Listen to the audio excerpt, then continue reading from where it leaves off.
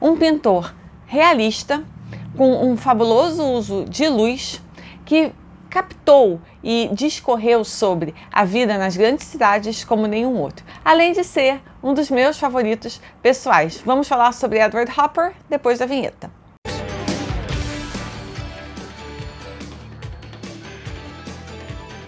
Olá, sou eu, Amanda, aqui de novo no Arte para Você, e hoje vamos falar sobre Edward Hopper, um dos pintores mais reconhecíveis, com uma identidade visual muito forte, que nunca mudou o seu estilo, mas que tem umas das obras mais psicologicamente fortes, profundas e complexas entre todos esses grandes que a gente conhece. O Edward Hopper era um pintor essencialmente realista. Ele era, nesse sentido, a gente pode dizer que ele era clássico, não exatamente clássico, né? Mas ele não era abstrato, né? Ele fazia coisas muito, digamos assim, quase que se aproximando de um acadêmico e com bastante realismo sempre. Afinal, ele estudou para ser um ilustrador e essa era a profissão convencional dele, né? O day job, o ganha-pão dele, até ele ter uma segurança artística e um reconhecimento suficiente para que ele pudesse viver apenas da sua arte. Então, ele estudou pintura clássica europeia e desenho clássico, desenho acadêmico, e aí ele trabalhou então como ilustrador, vendendo ilustrações para outros, até que ele pôde viver da sua própria arte. Ali por volta de 1924, ele parou de desenhar para outros e viveu apenas da sua própria arte. Antes, enquanto ele ainda era ilustrador, ele tinha isso como seu ganha-pão principal, mas ele já vendia as suas próprias obras até que ele conseguiu então viver só da sua obra. Ele nasceu no norte do estado de Nova York e ele sempre esteve ali naquela região. Ele morreu na cidade de Nova York, ele viveu a vida inteira ali e inclusive ele foi casado a vida inteira com a mesma mulher, a Jo, que foi inclusive a sua única modelo. Então ele também teve essa vida bem mais convencional do que muitos outros artistas, né? Se a gente pensar nas vidas do Toulouse-Lautrec, Van Gogh, do Gauguin, do próprio Picasso e as suas infindáveis mulheres, ou de casamentos turbulentos como Frida e Diego, ele teve uma vida muito mais assim convencional nesse sentido, né? Uma vida pessoal.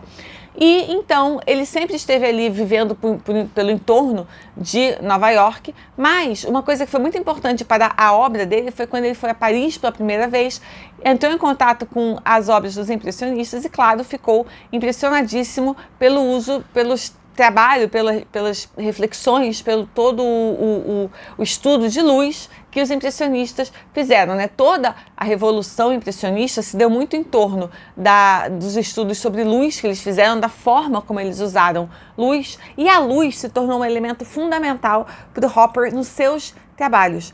O Edward Hopper, como estava ali no entorno de Nova York, era um pintor assim essencialmente americano, sobre a vida americana, sobre os Estados Unidos ali antes da Primeira Guerra e depois do período entre guerras, quando os Estados Unidos estavam se tornando, né, uma superpotência, estava chegando ali para dominar a economia e toda a geopolítica do século XX. Então ele estava ali observando esse surgimento aí do século americano e ele observava muito também como é que o indivíduo moderno urbano vivia nas grandes cidades. Então as suas pinturas capturam muito e observam muito, com muita sensibilidade, esse anonimato, essa aleatoriedade, esse quase que um abandono existencial, a angústia do indivíduo, o mal-estar na civilização, né?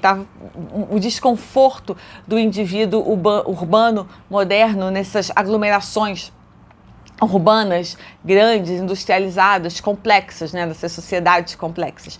E ele fazia isso com muita sensibilidade e a luz, que foi, né, o mote ali, a mola da Revolução Impressionista, para ele era muito importante, porque era através da luz que ele trabalhava muito o estado psicológico nas suas pinturas. E as suas pinturas também eram quase que, elas eram muito cinematográficas, no sentido de que elas contavam histórias. A gente olha para as suas pinturas como o Automat, como o Nighthawkers, que eu acho que talvez seja a sua mais conhecida, o seu palhaço lá no bar. Eu me lembro a primeira vez que eu vi esse palhaço do Hopper ao vivo, assim, o impacto que teve sobre mim, assim, foi como poucas. E então várias das suas pinturas, eu estou citando aqui 3 muito conhecidas, mas tem muitas outras, tem todo esse estado de melancolia, de solidão, de anonimato, aleatoriedade, ao mesmo tempo que elas contam histórias e deixam muitas coisas em aberto para a gente completar. Se a gente pensa ali no Automatic, a gente vê aquela mulher, ela está vestida numa roupa de muito, muito frio, então a gente pensa que ele era, né, um nativo de Nova York, faz sentido, esse frio todo, e ela tá ali sozinha num café num diner daqueles 24 horas, tipicamente americano. A gente sabe que é noite, porque a gente consegue ver a iluminação dentro e fora. A gente não sabe, pode ser uma hora qualquer da madrugada. Ela tá ali sozinha, ela tem uma mão sem luva e uma com. Será que ela tava com muito frio, não quis tirar a outra, o casaco dela é muito pesado?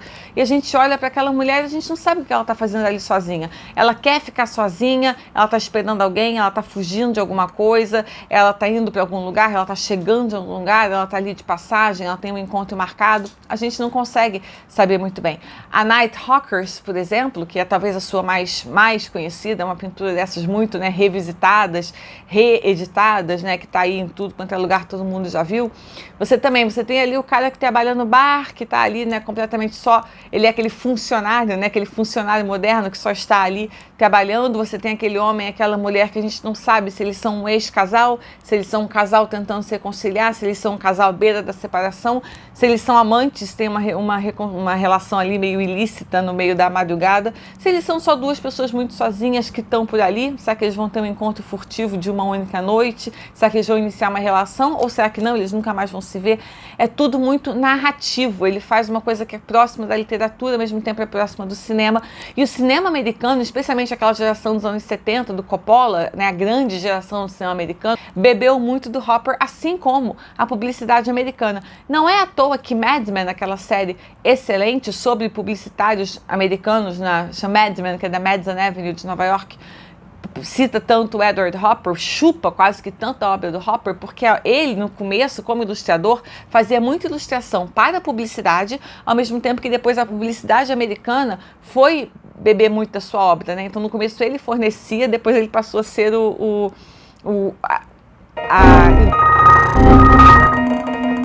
a inspiração dos publicitários, assim como ele foi a inspiração do cinema. E as suas obras realmente têm muitos, quase que frames, né? Quase que cortes cinematográficos. Inclusive, se a gente olhar as bordas das obras dele, ele deixa as coisas inacabadas. Não é tudo perfeito, assim. Ele deixa pontas, ele deixa cantos, ele deixa as coisas para serem completadas pela gente, como se a gente estivesse vendo mesmo uma fotografia, um momento instantâneo, né? Uma Polaroid, um snapshot de um momento muito específico no tempo, e a gente tem que completar todo o entorno, exatamente como se fosse um frame de um filme, né? Exatamente como se fosse uma cena de cinema congelada num tempo.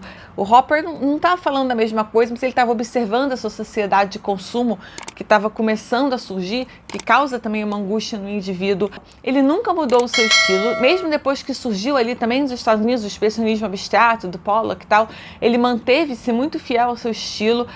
Eu acho o Hopper simplesmente maravilhoso e ele é muito reconhecível, né? Ele tem um estilo muito firme e até hoje você vê que tem várias, o cinema, especialmente a fotografia, todos eles ainda se inspiram muito no Edward Hopper, e toda essa ambientação e essa questão psicológica, emocional que ele colocou nas suas obras ainda é muito reconhecível para a gente até hoje, mesmo um século depois, ou quase, né, dependendo do momento da obra dele que você estiver olhando. Mesmo o mundo já tendo mudado tanto, a gente ainda consegue reconhecer essa solidão, a gente ainda consegue reconhecer essa angústia, o anonimato, a insegurança da vida moderna nas grandes metrópoles, e é irresistível você olhar para aquelas pinturas e tentar completar a história à sua maneira, como se a gente estivesse quase lendo um romance, né? A gente quer completar aquela narrativa, a gente quer entender quem são aquelas pessoas, e aí cada um a interpreta como, né? A gente completa a história ali como de acordo com as nossas percepções, ideias, com a nossa sensibilidade, com a nossa imaginação e com o que aquilo está passando para a gente. Então, assim, são, né, retratos incríveis, desenhos muito bons, claro. Esse uso de luz, como eu já falei, que ele fazia, que era excelente, de luz e sombra, e um mestre, né, de de traduzir estados psicológicos, emocionais, muito típicos ali de uma época, de um momento histórico específico, de traduzi-los através de imagens. Ele é, sem dúvida, um dos meus favoritos de todos os tempos. Espero que vocês gostem dele também. Se vocês não conhecem tanto, espero que esse vídeo tenha dado inspiração para vocês buscarem um pouco mais sobre a obra dele. E até a próxima. Tchau!